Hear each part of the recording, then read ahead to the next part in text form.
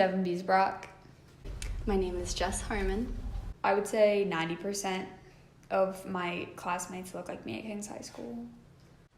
I don't really think there's a lot of Latina people here. I know a few in our grade and a few sprinkled around, but not that many.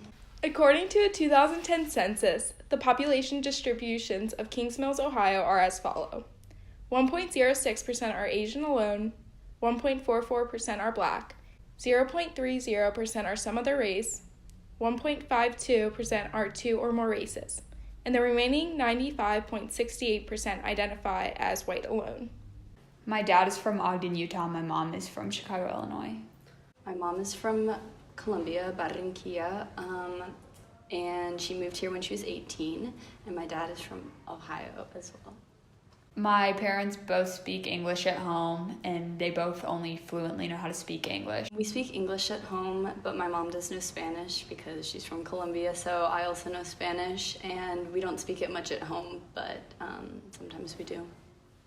A normal day for me, I usually get up in the morning, I get my lunch from my mom, I drive to school, I sit in class all morning, and then I go to lunch, and then I sit in class all afternoon.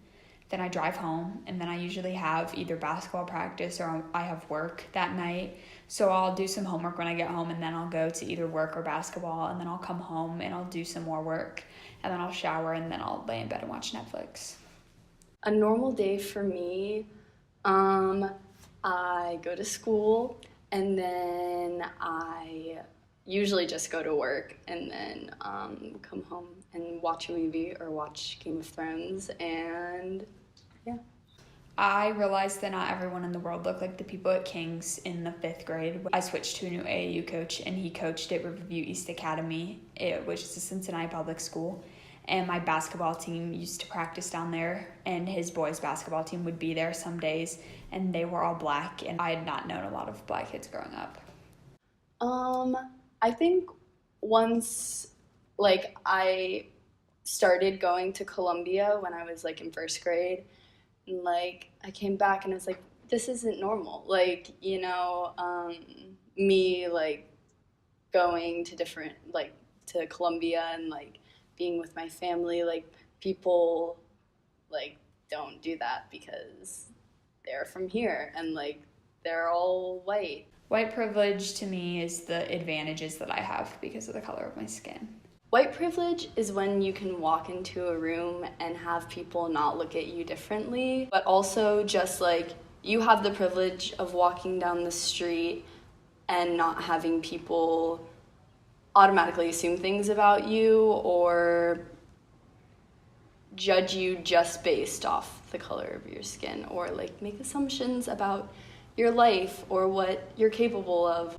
You feel like no one can touch you. I just think the white privilege I see here the most is ignorance, and a lot of people here who are white say the N-word a lot, and it's yeah, we all know it's ignorant and stuff, but people will still continue to say it because no one can touch them. The biggest example of white privilege I see at Kings High School is just the amount of complaining that people do. Complaining about having to come to school, complaining about having to pay for prom tickets, complaining about having to pay for things in general when there's kids other places that don't get the education that we have and don't have money to spend on prom tickets and don't have money to pay for college.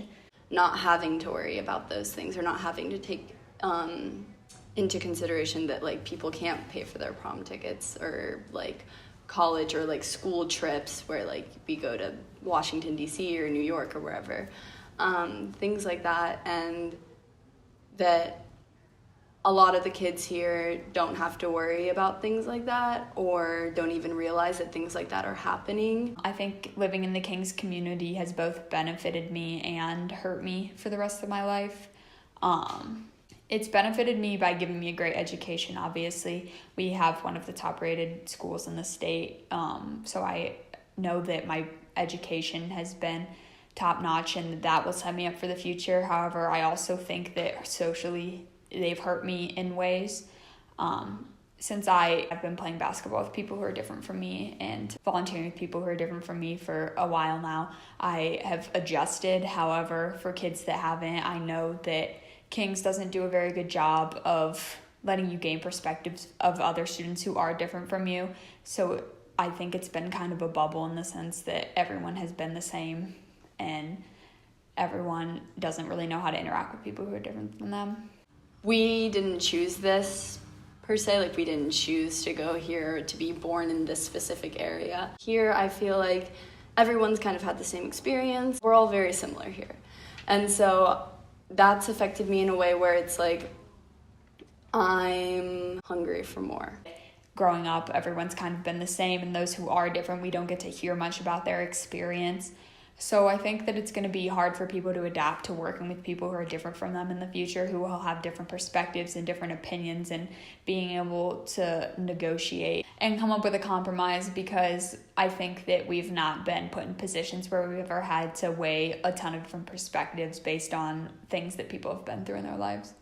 A big reason we don't have a lot of like socioeconomic diversity, which in some cases is racial diversity, is because the King School District is so expensive to live in. I think if we had more parts of the district that were not as expensive, that we would have more diversity. And I also think in terms of teachers, they need to do a better job of looking for teachers who are more diverse. My number one thing that I would suggest is getting a more diverse faculty, because we have one black teacher at the high school, and then we have like Senor Gonzalez. And I think that the most important thing for kids, especially when you're a minority in a predominantly white school, is to have those role models, to see someone that looks like you in front of a classroom. Just like that's the easiest thing. That's like the everyday life. I hope that King's will do a better job of getting minority students at King's and getting minority staff members at King's. I think it's important for minority students to know that there's people in like higher positions who look the same as they do. But I also think that we just need more diversity in students in general.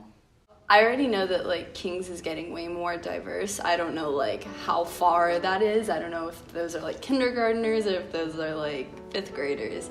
In order to get non-minority students to empathize with the minority students, they need to be able to hear their stories and hear the things they've been through. And I think they also need to spread that to other non-minority students. If you have someone the same as you sharing like things about someone who's not the same as you, it's easier to listen to that and learn from that